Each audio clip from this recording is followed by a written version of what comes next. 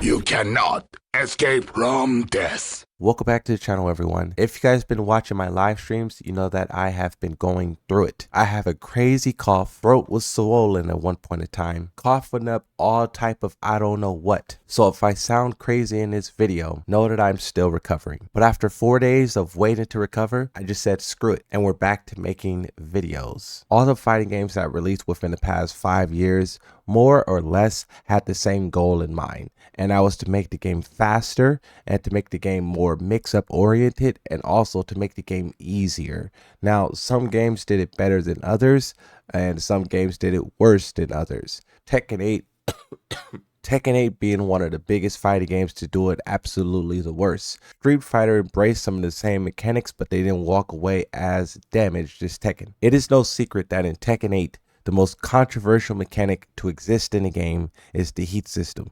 It was that way since it was first introduced in the beta and also early testing. So much so to where Harada even identified it as a problem, and he was talking about how it just bloats combos. How much time you spend doing combos is just insanely wild. At the time, he was talking about how he wants the mechanic to be gone, but then he later came back and said that they added a defensive property to the mechanic, which was the power crush effect.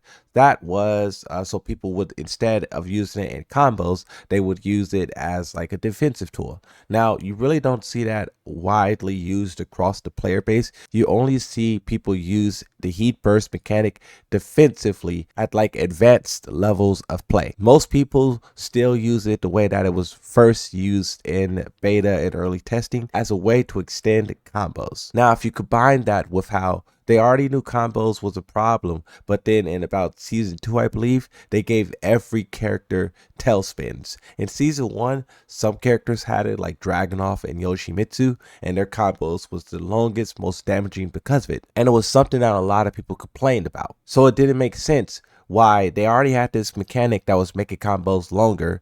They had characters who had special mechanics like a tailspin that was making it even longer and damaging.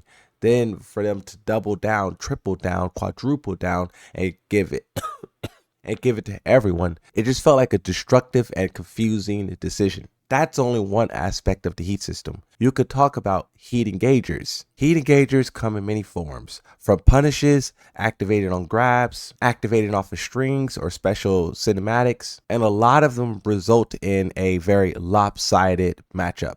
Now, throughout the game's lifespan, that matchup has kind of tilted a little bit more in the defender's favor. The developers played around with some frames, but still, it's a very forced mix-up situation that occurs constantly throughout the flow of the match, and at times is the round and match decider. Another part of heat that a lot of people take issue with, and this one is a little bit more tricky to talk about, but you have a lot of heat enhanced moves throughout the game. You also have characters who can gain heat over other characters. All of these mechanics are highly controversial. They affect the gameplay in numerous ways, and players simply ask for the developers to nerf it. Before Harada retired, he once told us, if you want a Tekken without heat, go play an older title. A lot of people didn't accept that answer, and they still don't accept it to today. The same feedback that was given about Tekken 4, how obstacles and pillars and all the, uneven terrains distract from the gameplay that people are looking for when it comes to Tekken. That's the same way people feel about Tekken 8 and some of its mechanics. So it's not just something that people want to let go. I was speaking with a person today, and they were saying that they think heat may show up in Tekken 9.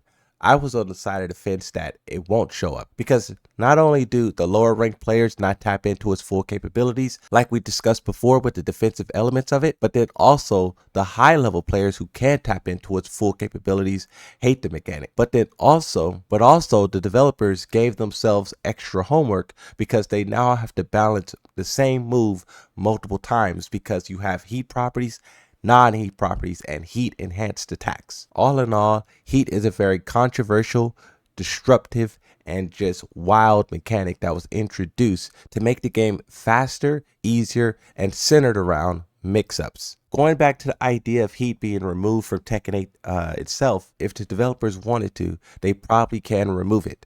The reason why I say that is because Guilty Gear Strive they removed their heat-like mechanic, their aggressive, mix-up oriented, combo expanding, game simplifying mechanic, which is Wild Assault. I'm not a Guilty Gear Strive player, so I had to do some research to figure out what the mechanic is and how it works. But to put it simply as possible, it's a powerful lunging attack, and it costs 50% of your burst gauge, so basically your meter. On hit or block, it drains the opponent's gauge meter. It also provides strong offensive pressure. It extends combos, and it even has unique abilities like screen carry and guard grudge scenarios. Those are basically, to my understanding, someone can correct me, but it's like breaking walls and breaking stages and like environmental effects, basically. It also has another property that's very similar to Heat as well, where different characters have a color version of it: white, blue, orange, or red. And this could give you even more effects than what I already listed. Now, this mechanic is very controversial within Guilty Gear Strive. This mechanic was deemed by the players Strive Impact. Now, the funny thing about this, where Heat was kind of the foundation of the game, it was there since the start, it was added into the game in the Season 2 update, and it caused havoc for basically a year plus. And then the developers, they tried to nerf it, they tried to make some changes to it, it wasn't enough, players still hated it. And it was seeming like that was just going to be how it is, kind of like Tekken 8. But a couple of hours ago, at an event for the game, the developers announced that they were removing the mechanic. And it sent the player base into a huge celebration. Wild Assault は削除となります。And any one of those adjustments that we've made in version 2.0, actually the Wild Assault mechanic will be removed. なくなった。 네, 그리고 2.0 버전 2.0에서 검토를 진행한 공통 시스템의 だから 조정상의 バーストゲージ 일원으로 와일드 50% のアクション 어설트는 が 삭제가 代わりに 됩니다. 差し掛かるってことか。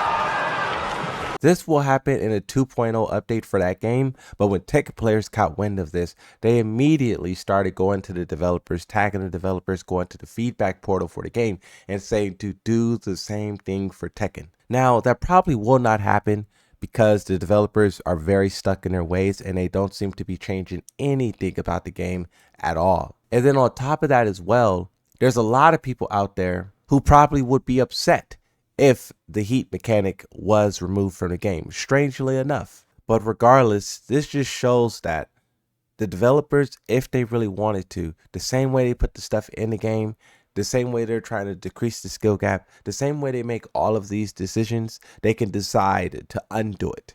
So I would say for all the Tekken players who have their wishes about the game, to keep fighting, keep giving feedback, keep telling them what you want in the game, what you don't want in the game. And if they can't do it in this one, maybe they'll do it in the next one.